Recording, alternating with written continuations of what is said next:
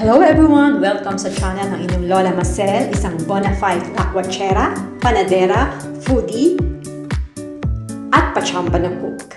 Alright, so for today's video, let me share with you my chicken biryani recipe. Ayan! So bilang foodie ay kinakailangan hindi lang tayo mahilig kumain, dapat ay marunong din tayong magluto kahit papano. Okay, so here's my chicken biryani recipe.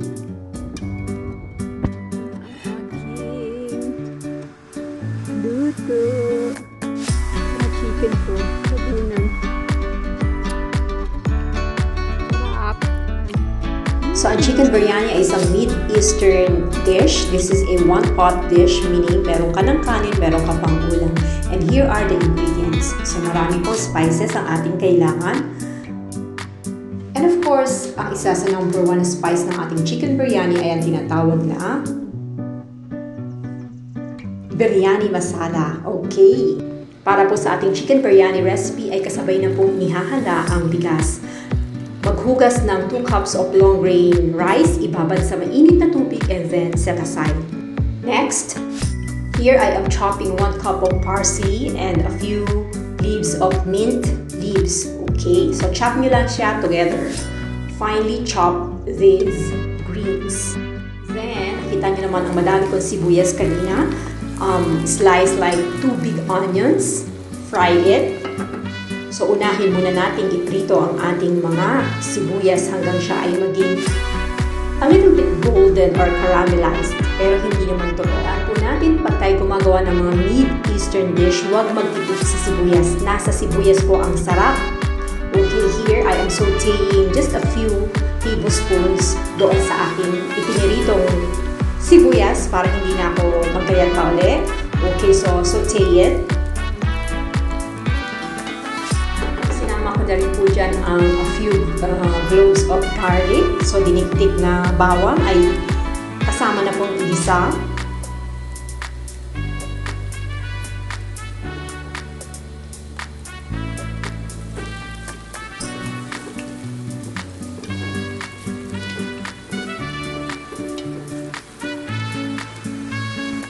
Haluin mabuti at pabanguhin, pagkatapos ay magdagdag ng maanghang na sili. Kung ito ay hindi pang bata, of course, pwede kayong gumamit ng siling labuyo since medyo mga bagets sa kakain ng aking chicken biryani, jalapeno, chili lang po ang aking gamit, so medium lang ang kanyang spice.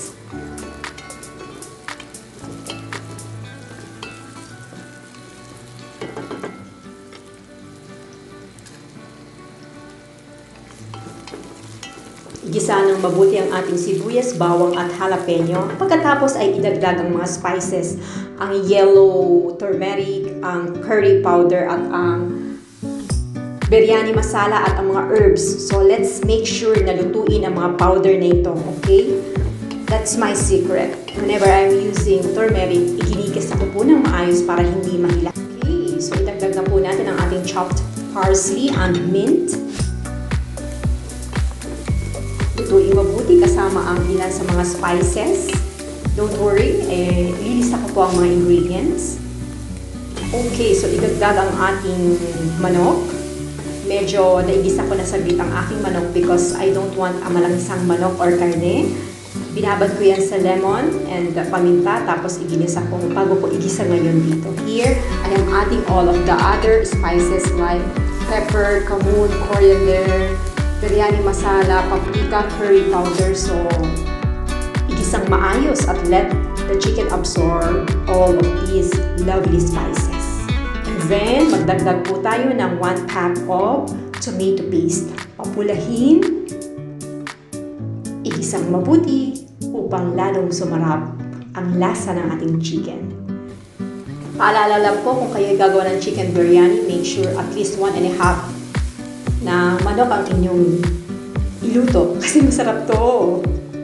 Ayan, so habang niluluto ko po ang aking chicken biryani ay iniluluto ko na rin po ang kanin. We have to cook our rice ng 75% lamang. Nagdagdag na din po ako ng mga 2 cups to 3 cups of water sa aking pinapasarap na chicken biryani.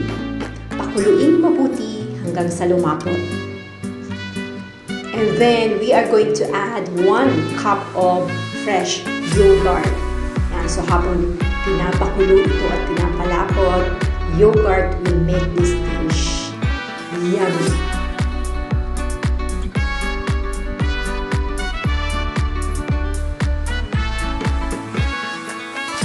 Habang pinapalapot yan, pinapasarap, pinapakulo, timplahan na rin ayon sa panlasa. Of course, magdadagdag tayo ng asin. And then, we will drain the rice na ating niluto kanina ng 75% lamang because we are going to add it here sa ating ulam. So, what I do, 1 cup of my sabaw and chicken ay kinuha ko. And then, yan, I layered it with rice. Pwede namang rice mismo talaga ang nasa ilalim. And then, sauce, rice. So, I did it this way. So, it's okay. Then, naalala niyo yung ating iginisa or pinitong onions. Ibudbud sa ibabaw ng first layer of rice. Ilagay ang mga chicken na masarap na.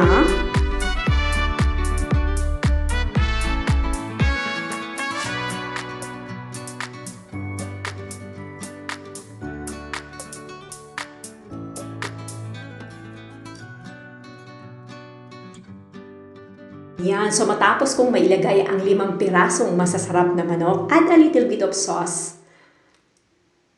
Yan. And then, we will layer it again with rice.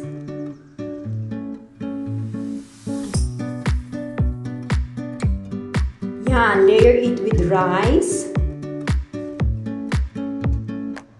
Para matabunan ang ating chicken manok.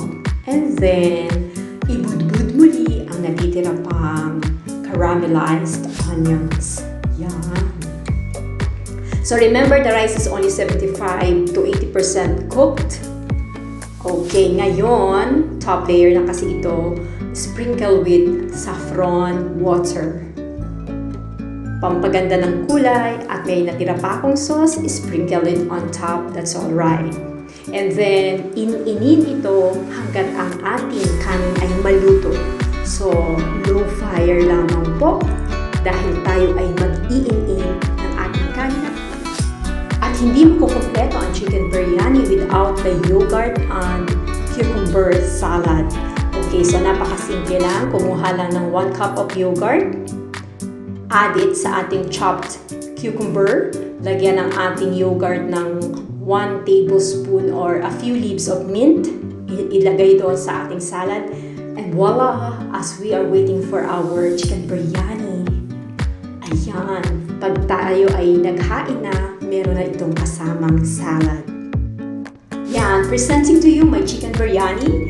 And kung meron kayong ibang salad, you can also serve. This is the chicken biryani from a restaurant. May kaibahan ba sa luto ko? Diba? Ang kaya kong kainin sa restaurant, kaya kong iluto sa bahay. I hope you enjoy this video, guys, and try this recipe. Masarap po siya, promise. Kahit second day, third day, masarap. Lalo pong sumasarap ang chicken biryani kung meron mang natirang kanin.